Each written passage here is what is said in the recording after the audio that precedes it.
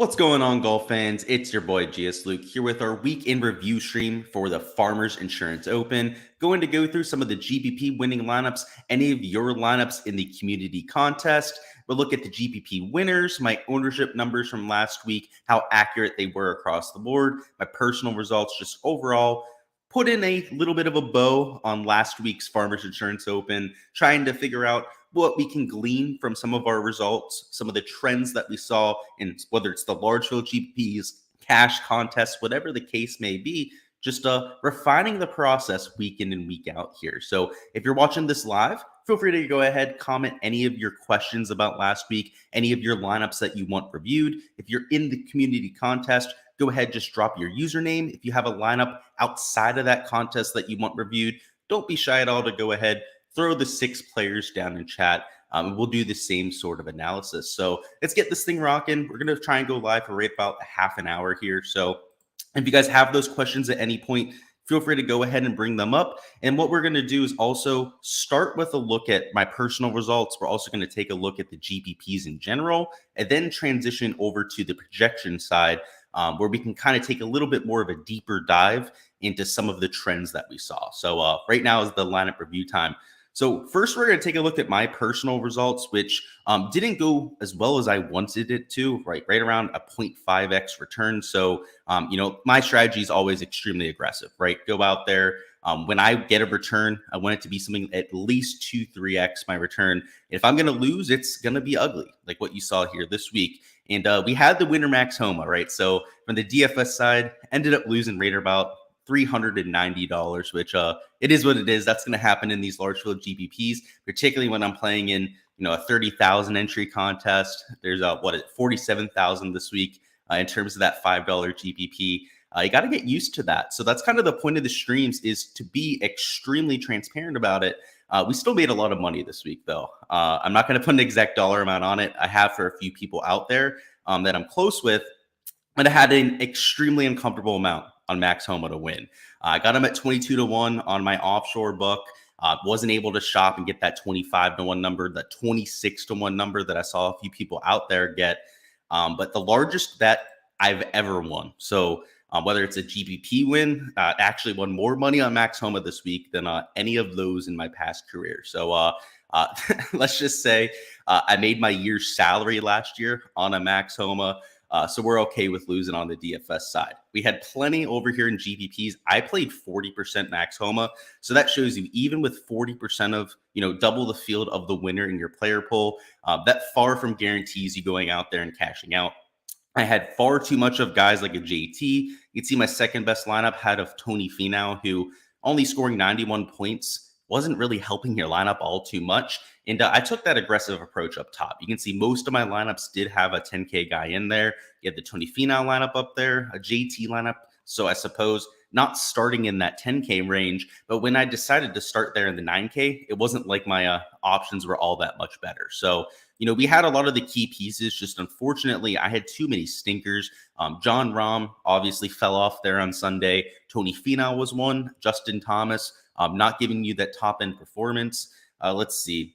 In terms of our guys down low, our 6 of 6 rate was right about field average. So I was at, I believe, like 14 6 of 6s the last time I checked there on Saturday's round, which again was right about the average for the field. So that wasn't really hurting or helping me there. Just when we compare to the top end of lineups, we go up here to the GPP winning lineups, you're going to see the difference. Their bottom end options all ended up smashing, right? So like the winner here had an Eric Barnes. You didn't have to have an Eric Barnes to win the GPP, but he was $6,300 and scored 83 points. A lot of the guys here in the 8K range, right, took a lot more balanced approach, which a lot of people were uncomfortable with taking at this event, right? You'll remember, and I actually talked about it quite a bit on live stream. I agreed with the industry there that there was so much win equity in that 9 and 10K range that people are trying to jam in at least 2 of them, right? That was a very common example of how to build lineups. And I pushed back. I was fully transparent in saying that I wasn't comfortable doing it. But if you wanted to get different, you could try and be a little bit balanced. And boy, oh boy, right? The GPP winning lineup last week, all 8 and 9K guys, and then one person in the 6K range. That's notable, right? So this guy, Dominic, whoever it is, no idea who Dominic C is out there, Dominic 1028. But hats off to you, man. You did what everyone else was unwilling to do last week, and just built in a fashion that seems suboptimal. I mean, right? Your highest owned player, your best player in this lineup was a Max Homa, who sure went out there and won. Looks great in hindsight. Given how large of an outright bet I had on him, I probably should have started lineups with him as well. You feel a little bit like a dummy when you have so much confidence in a guy winning and then you don't just start lineups with him. But you figured, or at least I figured, right? One of those guys is going to get into contention, right? Rom's going to finish in like second place, or a Finau, something like that. And you would have thought so after day 3. Just they all stalled out there, right? It was guys like Hideki who shot, what was it? 3 under par his last day, but made like 7 birdies. They're under the hardest conditions all week, at least setup wise, right? Wind wise, day 2 had a little bit more to say there in terms of difficulty. Jason Day, right, ran up the leaderboard there on Sunday. So this kind of lineup wasn't even that live going into the final round, and just made an unbelievably quick ascent up the leaderboard. Second best lineup, similar construction, right? It was very balanced. So instead of going down to a $6,300 golfer, he decided to go down to just $7,300 Aaron Rye. And then rather than taking another one of those 8K options, had Ricky Fowler at $7,600. So extremely balanced. Next lineup, similar, right? Does have a 10K golfer in a Colin Morikawa, but wasn't spending for a Rom, wasn't going up there for a Tony Finau. Joe Cal here does have a Rom lineup, so you can see how creative you had to be to really fit those 2 studs in, right? So I had plenty of lineups that did start with a Rom and Tony Finau, but they had Eric Barnes, Sam Stevens, Augusto Nunez in that lineup. So 3 guys, $6,300 or cheaper. So you pretty much had to have one of the 2 extremes. You either had to go out there, take the fully balanced 8-9K approach, or just take the completely opposite direction and go out there and go complete studs and duds. So it's interesting to see the kind of dichotomy up top. There's so many extremes when it comes to lineup construction. But the one thing you'll notice is that a balanced lineup, kind of like what you see here with NN Nick right here, up here at eighth place.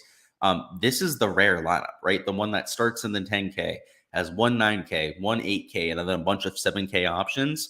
You're not going to see that very often. And a lot of people preach that week to week is like the optimal build, which I think is why so many people played that sort of lineup. I mean, I did last week, right? It's trying to buy that win equity, right? You're like, okay, I want to jam in 2 guys up top, kind of hurt myself down low when it comes to the salary construction, but people are okay with that because of the implied win equity. Well, I guess just as a little bit of pushback, right? We don't want to change our process just because of 1 week. This is the kind of week where you're going to get that thrown in your face, right? Where it's far from optimal. In fact, if you built like that, you're going to keep yourself off of these sort of plays entirely. So just something to note there. Going over to the community contest, the winner this week was Anointed Matt. He had John Rahm at the captain, or I shouldn't say the captain, the leadoff spot there. Pretty much a captain in terms of your pricing, right? He was $11,600. That's pretty outstanding when it comes to the price tag. But Kevin Yu didn't do anything crazy, right? He did have a 6 of 6. I think that's really what helped him out a ton here. But Sun GM, John Rahm, Callum Turan, so far from a perfect lineup, but still ended up taking it down. This is the kind of performance you're to be okay with in a single entry, right? This is going to definitely bin cash in the single entry because you did end up getting the 6 of 6. And in terms of your just overall scoring, it finished right around like, let's say like 1,000 in terms of your GPP. So out of the 47,000 entries, nice lineup, Matt. So if you're watching this, Matt, great lineup. I know you're constantly posting over there on the Patreon with questions and whatnot, but good stuff. Like the lineup. I like the ball striking emphasis that you had here. I mean, up top, Im and Rom, right? They're studs. They're always going to be good ball strikers. But Bramlett, Kevin Yu, long players off the tee, Callum Turan, Adam Hadwin, maybe not so long in terms of their driving distance, but very consistent ball strikers. So to me, I can't confirm this because I don't see you down there in the live chat right now, but I'm assuming you were looking for more of a ball striking heavy approach. And you had a bunch of low-owned players too. You were the only guy to get to Hadman, Turan, Bramlett, and Kevin Yu. Just overall outstanding lineup. My lineup in this good old contest did not perform so well. We played the balanced approach. So you know how I said all week that I really thought the balanced approach was intriguing, thought I was going to be low owned. Well, I didn't play it in my GPPs. In my GPPs, I went after the win equity because I had more chances to get it right. So my philosophy was go after some more of the studs and duds. Just hope I get some of the guys down low right, which I didn't, unfortunately. That was really what held us back, right? We had Max Homa, all those guys up top. The balanced lineup I went with was in my single entry. So for all the single entries I entered, whether it was the $50 single entries I played, the $100 single entries that I played there, I entered this lineup. It started with JT. It had Homa, the winner in it, right? So I told you I loved Homa. He was going in all my outright bets. He was going in all my single entries, so on and so forth. Played Hideki there too, which obviously there on Sunday he ended up storming up the leaderboard, but then 3 missed cuts. Right, we played a Cam Davis rather than getting to Sahith Theegala, who would have been great there. We played a Kitayama over a Ricky Fowler, right, who would have been a perfect play at right about $7,600. And down low, Kita Nakajima started great, but then shot 6 over par in those difficult conditions. So just, I think we were on to something here. The lineup construction aspect of it obviously matches up to what the optimal build was this week. So I feel pretty good about that end. But I do wish that I took this approach a little bit more in my GPP lineups, right? Like I wanted some exposure to this balanced build, but just based on how my optimizer was spitting out lineups, it wasn't going to be going out there and giving me the John Rahm up top, the JT up top plus John Rahm up top. Like it just kept spitting out all of the top end players because they were projecting for so much more win equity than everybody else. So the next time we get to a ball striking fest like the Farmers that perhaps isn't a major championship like field, might have to consider taking it in this sort of fashion. It's just when you have all this top end players in the 8 and 9K range, it is not like a major championship field. Like the 8 and 9K range in a major championship field, you're talking about guys that are like 15, 20 to 1 sometimes, right? In this field, they were like 40 to 50 to 1. Maybe it makes a little bit more sense at DFS to just try and jam in like 5 players that are like 40 to 50 to 1 in an event, rather than a major championship where you want those guys that are like 15 to 1, right? That are a little bit higher than them. So we'll have to see. I'm going to be doing a little bit of analysis during the week here in terms of some of these top end lineups. Like this Dominic lineup, just it's a beauty. Obviously, the Eric Barnes hit down low is just like it's a lottery pick, right? This guy was not expecting Eric Barnes to go out there and have success. But where this guy really won the slate was just by even considering this balanced kind of approach. So hats off to Dominic. Let's hop over to the projection side now. We're going to go through ownership. What's going on, Mr. Space Lee? Love to see you down there in chat. What's going on, Swisher? And again, if you guys have any lineups, so any like single entries or just your best GPP lineup that you want me to go through, feel free to go ahead and comment those down below. Always willing to go over a lineup. You should get in the community contest, just saying that, just so that it's a little bit easier. You can brag also, go out there, win a few bucks off of all of us. But nonetheless, always willing to go over it for y'all. So in terms of our projections, what we're going to focus on here are these 2 columns, right? M and N. So our projected ownership versus the actual ownership. I choose to focus on ownership when it comes to these reviews, just because I think we can learn the most from them. Players that are getting steamed up a little bit more than the community expected, players that are maybe a little bit lower owned than the community expected, are all things to keep an eye on. And up top, I know it's just a slim margin here with John Rahm, but 27.8% is actually a lot lower than I expected. I had him at 29.1%, but I said on stream that I was not going to be surprised if he came in closer to like 33, 34%. In higher dollar contests, I thought he might be like 40 to 45% owned, and that wasn't the case. In fact, in a few of the larger dollar single entries that I played in, the ones that were like $100, I had a $50, a $33 single entry that I entered. In that lineup, he was actually lower owned. He was actually 22% in the $100 single entry that I entered, showing that people were talking themselves off of a John Rahm, which in hindsight, I mean, if I knew he was going to be 25% in that single entry, if I knew he was even going to be like 27% when it came to his actual ownership, I may have played even more John Rahm. I may have gone for 100% rather than the 65% that I ended up playing this week. So $11,600. Perhaps it was the price tag, but that makes me think that people are really starting to play this ownership game a little bit more. You've seen it in Showdown. Now, that's something I should mention here, is a lot of the trends we see in 4-round contests are first shown in Showdown. And it makes sense if you think about it.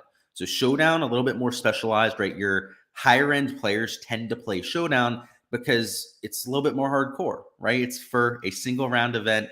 Most people are just playing golf for their week-long sweat, but the best players tend to play showdown, right? They're trying to get as much exposure as they can. So a lot of the brighter players and a lot of those trends when you can see people maybe accounting for ownership a little bit more, you're going to see in showdown first. You're going to see players getting sharper a little bit better when it comes to the showdown side. And over, I'd say the last 6 months to about maybe 10 months to a year, you have seen players on showdown stop playing all the chalk. When it comes to round 3 showdown, the guys at the top of the leaderboard aren't 30-40% owned anymore. I mean, sometimes they are when it's a Jon Rahm, but like Sam Ryder, for example, not going to be 50% owned in round 4 showdown anymore because players starting to account for it, starting to learn how to be a little bit more efficient when it comes to their process. That is starting to translate to the main slates is honestly what I think this ownership number is telling me. That's why I want to point it out so much because Jon Rahm probably should have been 35% owned. If all the slapdicks out there went, oh, Jon Rahm has won twice in a row out there. Oh, it's Jon Rahm at Torrey Pines where he won the U.S. Open, has won the event here before at the Farmers. It's too much of a no-brainer play for the slapdicks to have only played him in 27.8% of lineups. So I feel great about having him there. I feel great about having Jon Rahm in my lineups. And overall, I think it's something that we're going to have to start to account for. These mega chalk plays, people are going to talk themselves off of them. So if you think somebody's going to be outrageously highly owned, like 35-40% in a field this strong, especially if they're getting the price action that Jon Rahm did right at $11,600, I'm going to use this as pushback as a direct example of why that's not likely to happen. I mean, in terms of flattening out the ownership, Xander got more ownership than we expected. Guys went to Willie Z, JT, and Max Homa a lot more than they expected. And look at this. They were 3% less owned than Jon Rahm. People were calling, Zalatoris a pivot last week. I mean, I thought that JT was going to be only like 19% owned. I thought that Max Homa, like 18% owned last week. None of them were pivots. The only pivot up top was Colin Morikawa. And I think everyone kind of knew that to be the case.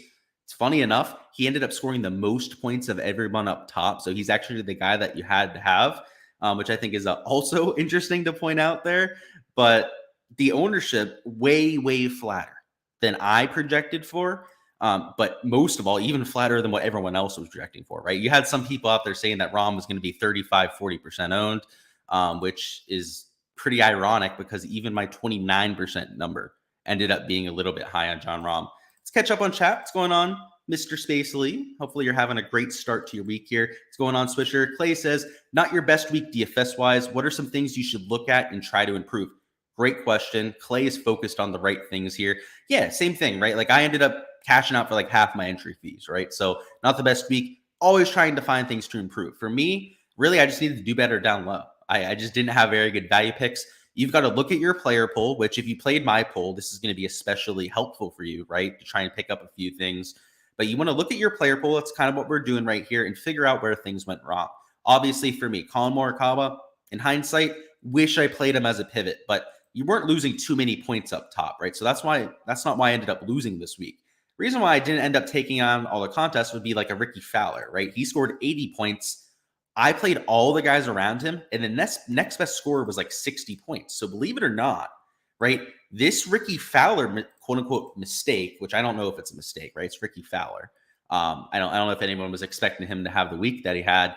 That actually cost me a whole lot more than not playing Morikawa up top. So, Clay, I would recommend making a spreadsheet like this, essentially, where you just import the players, you put maybe your exposure. So I know you're not projecting ownership, obviously, but maybe you just put your exposure down for every single player.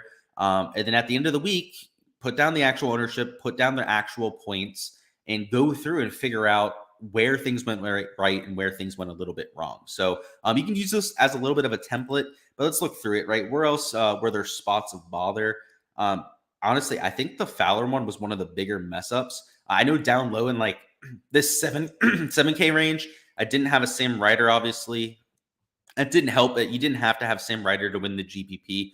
Plenty of the lineups down there didn't. He was only like 0.4% owned. I guess down here in the real low end of the 6K range, right? Like an Eric Barnes, like he was the one guy who went off. I guess you could have played Sam Stevens too. I mean, Augusto Nunez, he ended up scoring like 70 points. So like just those pure flyer picks down low, let's see, like a Brent Grant, for example, I didn't end up having. And honestly, I'm never going to be on those guys. I hate to use this word because they're tour pros, but they're just like the dog shit guys down low that all ended up playing well this week. So yeah, that was my problem. It was the middle tier and lower tier guys, believe it or not, which is frustrating because I feel like that's typically my strong suit. I typically do really well in the 7K range, down there in the 6K range, and I guess the reason why it didn't go well is all the dog shit guys played well. So it is what it is sometimes. But great question, Clay. If you do have a lineup you want reviewed, just let me know and we'll go through that as well. All right, so continuing with looking at the ownership, kind of looking at what went right, what went wrong. A couple of the biggest differences, Max Homa was way higher owned than I expected. And I hate to say that I have an effect on ownership, but it wasn't just myself. There were plenty of other voices in the industry that were really steaming up a Max Homa. So I think it has to do with that. Not surprising. He's a likable player. Everyone was talking about him last week. So not a huge surprise. In terms of other ownership numbers, I was a little bit higher on Tony Finau than what he came in reality, which is a little bit puzzling to me. The reason why I say that, right, is you'd think that because Jon Rahm was lower owned than he probably should be, that maybe Tony Finau got some of that steam. I mean, that seems pretty reasonable, seems pretty logical, and that's not where it went, right? If anything, he actually lowered his ownership. He was only there right about 15%. People decided to start towards Will Zalatoris or Justin Thomas, especially a little bit more than I was expecting. So that's where that ownership went. Kind of puzzling. Like I said, people like spending all their salary. People like spending money on guys like a Tony Finau. But I suppose when you look at the bottom end of like I guess top of the sixes, bottom end of the 7K range, people weren't loving it here, right? In terms of your ownership numbers, the highest guy was a Johnny Vegas who was coming in off of injury, which I thought was definitely a little bit concerning there. I still ended up playing him. He actually played pretty decent, scored 63.5 fantasy points.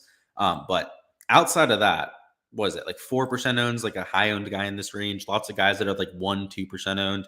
Matthew Neesmith was 6.5% owned. So a lot of guys, right, just didn't want to take these shitty plays here, right? Like your best play was like a Johnny Vegas. Going down a little bit further, your next best play in terms of ownership, what was it? MJ Daffy at $6,700. So I think maybe Rahm got less ownership this week because of the whole chalk thing, right? People trying to talk themselves off of chalk, which you have to at times, but you also kind of got to account for people doing that. Then the whole Tony Finau thing is, I think, just price tag. Like no one wants to play these shitty guys at the bottom end of the 7K range. They just want to stick to their quote unquote studs up top, right? That are like the Munozes of the world, the Woodlands, the Dietrichs, right? Dietrich got a bunch of ownership, 13% this week.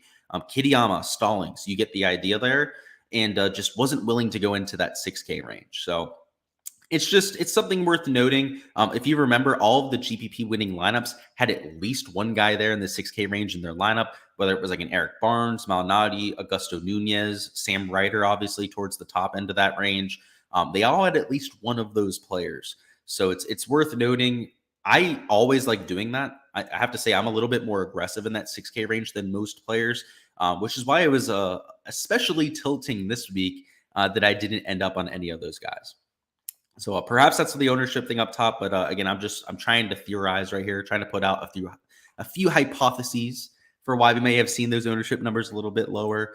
But definitely something I'm considering going forward. In this 9K range, it's worth noting ownership was pretty spot on, I'd say, except for Cam Davis. Cam Davis, 5.8% off. No one wanted to play him, which surprised the heck out of me because people like playing Cam Davis. He's one of the few players on tour that seems to get much higher ownership every week than he's likely deserving of. Kind of similar to Henley. He gets quite a bit of ownership steam. Corey Connors gets that same kind of effect. I'd argue that Xander Schauffele as well also gets a little bit of an artificial ownership increase. But he came in 7.9%. And again, this is for the large $5 GPP, so 47,000 entries. That was despite a few respected names around the industry talking up a Cam Davis. I know quite a few of them ended up betting him outright to begin the week. So that's a little strange to me, especially considering the guys around him weren't mega chalky. It's not like JJ Spawn got a lot of extra looks, not like a Keegan Bradley. Adam Hadman, for that matter, was getting a bunch of extra looks. I mean, the only guy that was highly owned in this range, we knew Jason Day was going to be, right? Ownership spot on there, 0.1% off. But a Maverick McNeely, right, who also we kind of knew was going to be relatively high owned. So kind of surprising that Cam Davis, lower owned than a JJ Spawn. That's pretty notable to me. Lower owned than an Adam Hadwin, right? I think if I knew this in retrospect, I would have been even higher on a Cam Davis. I would have played him in probably like 40-50% of my lineups. He would have been one of the points. He would have been one of the, I don't even know the, I guess, pressure points on the slate that I'm looking for, where I'm really trying to go out there and get my edge.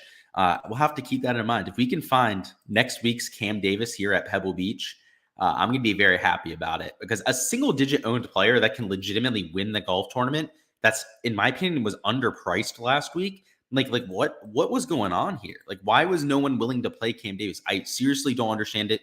Long course, he plays well out of the rough. Like, he's decent on POA too. Like, his POA numbers, like negative 0.3. I know it's worse than his baseline, but it's not like he's so atrocious on the surface that we had to throw him out. So just, I know it didn't work out, but sometimes those are the best plays in hindsight, right? When we get these ownership numbers that we can go off of. In this 7K range, my throat here on Mondays is never going well. That's how you know it's early for me here at 9:43 a.m. But hey, we got Pebble Beach going on this week. We're gonna have a course breakdown dropping on probably in the next like 3 hours or so on the channel. Core picks tonight, so on and so forth. So looking forward to it. And yeah, we will touch on Pebble a little bit here in a couple minutes. So after we go through these ownership numbers, we'll go through a little bit of what to expect for this week, which I'm really looking forward to. Alrighty. So in this 7K range, we'll just go through some of the, I'd say, surprising ownership numbers real quickly. You had Dietrich a little bit higher owned than I expected. I don't know. I thought his ownership projection was a little bit low. I remember pointing that out on the live stream. I was like, hey, Dietrich probably should be closer to like 13-14%. Well, that's where he came in. So perhaps the algorithm just needs a little bit of tinkering when it comes to Thomas Dietrich there. But yeah, he came in kind of where I thought the effective ownership level was for Thomas Dietrich. So it makes sense. Will Gordon came in a little bit higher owned. People love playing Will Gordon. I steamed him up there too, unfortunately, with my value picks video. Bo Hostler came in 3% higher owned. You had Brendan Steele come in a little bit higher owned. So this bottom end of the 7K range, it's kind of going along with why I thought that guys like Finau were lower owned, is these guys were getting just more ownership in general, right? Like, guys weren't going into the 6K range. You can see down here, there's a lot of green, right? Guys that came in lower owned than I projected, like the Hoffman, Juan, Sam Ryder, for example, right? I thought he was actually going to get ownership this week. I had him at 2.5%, and he only came in 0.5%. So it's just, that's all lineup construction. This is all because of lineup construction factors that changed it, because people just weren't willing to go down there, right? They thought that these plays were just so much better than the rest of the field. When, I mean, outside of, I guess, Brendan Steele, who scored 68 fantasy points, none of them did anything. None of them were in your optimal lineups, right? Whereas down here, the guys that were going way lower owned, I mean, you had Sam Ryder for one. I mean, that's the obvious choice. But a Joseph Bramlett, right, he got 69 points, right? Not all that much different. Actually, he scored more than Brendan Steele, right? You could have taken Joseph Bramlett, right, for cheaper, for way lower ownership, about half the ownership as a Brendan Steele, and scored more points there. So that was obviously a huge mistake by the field to go out there and do so. But that's why I think you saw the ownership differences. So yeah, that's the range that ended up getting steamed down because of that. In general, this 6K range, also people just weren't getting there. I expected people to play Austin Smotherman because of how he played at the Farmers last year. Played decently at the U.S. Open too. Is a ball striker, likes the POA surface, and I guess I gave the people a little bit too much credit, right? Expected people to be doing their research, playing a Smotherman who ended up missing the cut this week. So it's not like he ended up getting there, but 2% owned, that's honestly, I wish I would have known that ahead of time. Probably would have played even more Austin Smotherman because I would have made him an even more exceptional play. So again, maybe I'm giving the people too much credit when it comes to going out there researching these plays, but he was a slam dunk play this week. And I guess people didn't see that, which is good on them, right? I mean, clearly wasn't, right? He ended up missing the cut. So maybe I'm the one who's off in my interpretation there. But if you gave me the exact same set of circumstances, I'm playing Smotherman even more lineups, right? Knowing that I can get just ungodly leverage to him at just 2%. Let's see what else is going on. No real surprising ownership numbers. A lot of guys that played well. That's the surprising part down low this week. Just look at the amount of guys that are scoring like 60 plus fantasy points, which down here in the 6K range, I would say anything from like a Satoshi Kodaira up was a successful week. You got 60 points out of these guys down low. You're going to feel really good about it. Let's see. 80 points from Eric Barnes, right? You're cracking the slate. Sam Stevens, 78 points. You're cracking the slate there, so on and so forth. Jimmy Walker, for example, you're absolutely smashing there. So, yeah, it depends.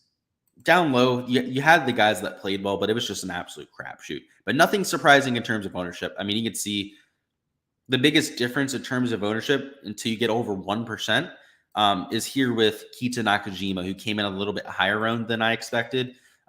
I talked him up. A few other people in the industry also talked up Nakajima. So not insanely surprising. Like Garnett, right, was a little bit lower owned than I expected. This 6K range was just a barren wasteland, unfortunately, that not a lot of people wanted to get to.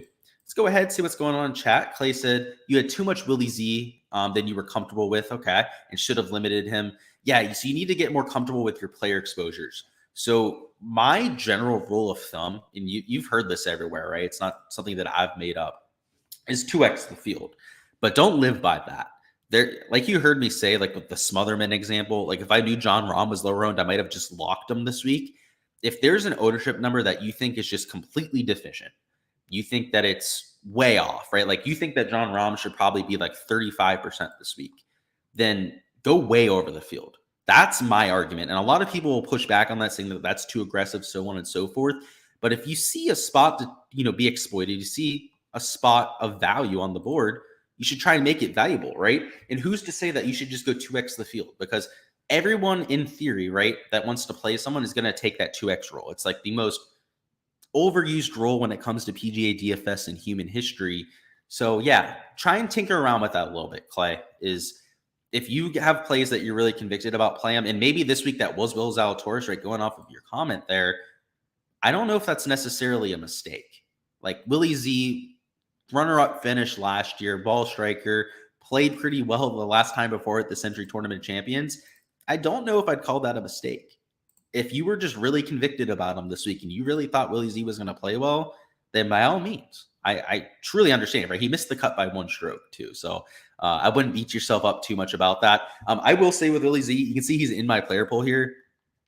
I'll bring up my lineups over here. I actually didn't end up with him in my GPP pool. So last second, I had to make a little bit of a change to what I was doing. I had 65% John Rahm. I think I told you guys that. I went way overboard on him. I wanted to get leverage to the field. I only thought I was going to be like 2x leverage. Ended up being a little bit closer to like 2.5x leverage. I played 35% Tony Finau. So I had to take one guy out of my player pool. And it ended up being Willie Z. I was unbelievably uncomfortable about it. And you can see down here, like even my worst lineups didn't have him. Like if it was on the mobile version, I'd be able to just search his name up there and show you that I don't have him in lineups. But yeah, I know Willie Z for me this week. Even my worst lineups, right? Even had John Rahm, Tony Finau, all of them in them. So I hit up top this week, and it still didn't matter, Clay. So I guess I'm trying to show you this because, like, even if you make that mistake with Willie Z, it might not have mattered, right? You might have ended up with those shitty plays down low. So don't beat yourself up about it. But honestly, if you played a bunch of Willie Z this week, I don't think that's a mistake. I think that he was a good play. He ended up coming out of my player pool just out of opportunity cost. I really, really like Tony Finau and John Rahm just a little bit more than a Willie Z myself. So I made that decision. And I also really like JT. I guess that's worth noting, right? I could have taken JT out, but I liked him a little bit more than Willie Z this week.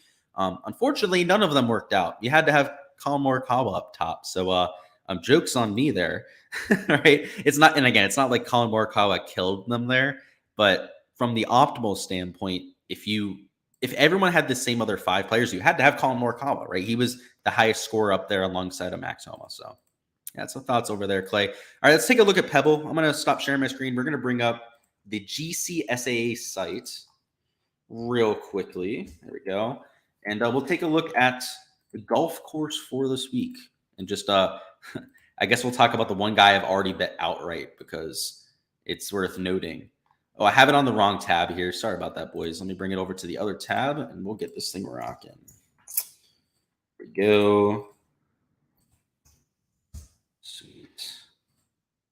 All right, so Pebble Beach, obviously last year Tom Hoagie won. Big long shot. So you always got to keep an eye for the long shots here, but it's another 3-course setup, which really throws things out of whack. So you have the Pebble Beach Golf Links, which is your main course this week. They're going to play this twice. And then you have Monterey Peninsula and Spyglass Hill. Monterey Peninsula, you may have seen on Twitter recently, is the course where the waves were actually going onto the golf course. So one of their par threes there that's on the coastline got completely swallowed by waves about 2 months ago. So it's pretty crazy that they're actually even able to play at Monterey Peninsula, but they completely fixed it up. It's good to go. So kind of like the Amex, they'll play the first 3 rounds. Then they're going to have the cut line like you saw at that golf tournament. And then the last round is going to be played at Pebble. In terms of any changes, there's nothing listed on here. The last time I checked it, everything is identical to what you had last year. Extremely short at Pebble. Greens that aren't running very quickly because of how windy, how blustery the conditions can get out there. When you take a look at the other courses, there's no changes as well. You can see that they've done a little bit of, like, they call it quote unquote turf reduction. So I guess perhaps the greens are a little bit smaller than what you said before. But last year they had them at 5,000 square foot as well. So at least per the stats, they haven't changed over there. And then with Monterey Peninsula, there are a few changes, and these are all because of the storms that came through. So you can see they're talking about some of the fairway bunkers that had to be removed, some of the turf reduction on a few of the greens. And it's gone 20 inches of rain to date, plus waves that were hitting like 4 or 5 of their holes. So it's kind of hard to say if Monterey is going to look different. I would imagine that it does. I would imagine that there's a few areas still under repairs at this point. Like I don't know how they could completely repair that golf course from what happened to it in like 2 to 3 months. I mean, if you saw the videos, it was literally underwater for like 2 days there when they had those storms coming through. So I don't know. I'll be looking at Golf Channel, trying to see if we can get a little bit of coverage from the golf course to get an idea there. But this is only going to be in play for one of the 4 rounds for this golf tournament. So not all that important. Let me go ahead and bring up the odds board. There should be Draftkings odds out at this point, I would imagine. But let's check on that. So it's the Pebble Beach golf odds. Hopefully I'm not unplugging my mic here. It tends to happen from time to time when I go and type because it's a piece of crap cord, but let's see what's going on. 2 days ago, do they really not have the odds up yet? That'd be really unfortunate. I guess we'll have to see. Draftkings, please. I know when I went live, they weren't up yet. So if they're not up at this point, they might not be. Should be kind of annoying given that we're already live, but if they are up, I would love to be able to talk through at least one guy I know for a fact that I'm betting here. Oh, they're up. Look at that. Our timing is impeccable. So I'll go ahead, share my screen. And if you have anyone that you're betting outright, go ahead and let me know, boys. I would love to hear it. So Jordan Spieth is listed as your fucking favorite. So I know I'm not betting Jordan Spieth over here at DraftKings. I want to get at least 12.5 to 1 on JT. So I just almost call him JT, Jordan Spieth, and I'm hammering him outright. So last year's runner-up at this event was up there with Tom Hoagie to the very end. Perfect course fit. We love him at a track where you have small greens. If anyone's going to get up and down at a tricky track like Pebble around the green, it's going to be like a JT. McNeely's of the world that are really stout around the green. I guess something worth noting, Hovland at 11 to 1. I don't think people are going to hammer that. It's his first event of the year. He's not very good around the greens and not the best course fit. So I would say wait on Hovland. I think you might get a better number on somebody like him come the latter half of the week. This 20 to 30 to 1 range looks weak as hell. There's no one that would really be running to bet at this point. Honestly, this whole board in general, it's just the numbers aren't the best. Like it's a stronger field than these numbers are indicating, at least in my opinion, especially up top. Like if you're gonna have a Spieth at 9 to 1 and a Fitzpatrick at 10 to 1, which I agree, those two should definitely be the favorites at this event, then I feel like you should be getting better numbers on these guys like a Kuchar, right? Like 35 to 1. Like That's disgusting. 30 to 1 on Andrew Putnam. That's disgusting. Rose 30 to 1. Even Power 25 to 1 is just nowhere near enough. So obviously, this is just the first book I'm looking at. You can shop your lines. I'm sure there's a lot of better numbers around the industry. But other than Jordan Spieth, there's no one that I really want to bet at this point. And I'm not betting 9 to 1. I can tell you that much. I can guarantee you that. I'm going to need something a lot closer to probably 12.5, or even at the very least, like 11.5 to 1 for me to go out there and want to bet it. But that's all I've got, boys. We're going to go ahead and get started with our content for Pebble. We'll have the course breakdown dropping sometime this morning. So in the next couple hours, I'm going over all 3 courses this week. We'll have our DFS projections dropping this afternoon, core picks, all the usual. So looking forward to it, guys. Thank you guys for stopping by, tuning into the live stream. If you guys have any lineups that you want to have reviewed for next week, make sure to get into the community contest so that we can go through them for all of you guys out there. I like doing these live streams to give you guys some of that perspective, show you guys, my results week to week, because I feel like there's this false misconception out there that these PGA DFS pros win every single week. And it's really easy to track results, by the way. If you go into Roto Grinders, there's a way you can type in username, you can bring up everyone's results, right? So first off, it's really easy to look at that. If you check their results, I can tell you they're not winning every single week. And I just think people need to be a little bit more transparent about their results, right? Like, obviously, we hit the Max Homa outright last week. I could go around showboating, claiming that I won all this money last week, which in terms of ROI, I did win money, right? But in DFS, I got my ass handed to me, right? So I would be lying to you. I wouldn't be being transparent to anybody if I went out there and was just having a parade about it, right? I wasn't. And there are people out there, I'm not going to call anyone out. There doesn't need to be name calling. It doesn't need to be negativity like that out there, that just because they like hit one outright, or like last week was a smash, and like they throw all that to the side and try and hide behind their results, that sort of thing. That's the idea of this stream, right? Give you guys the true full picture, some accountability when it comes to my projections, right? Bringing up the ownership projections versus where they actually came in.